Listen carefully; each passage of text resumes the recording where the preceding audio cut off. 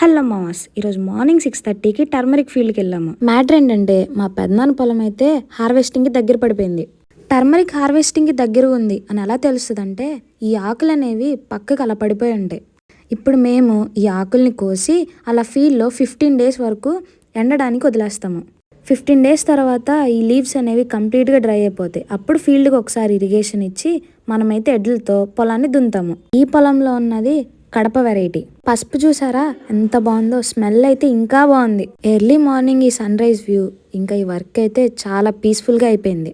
మేమందరం చాలా స్లోగా చేసాం కానీ మా పెద్దమ్మ అయితే సూపర్ ఫాస్ట్గా చేశారు.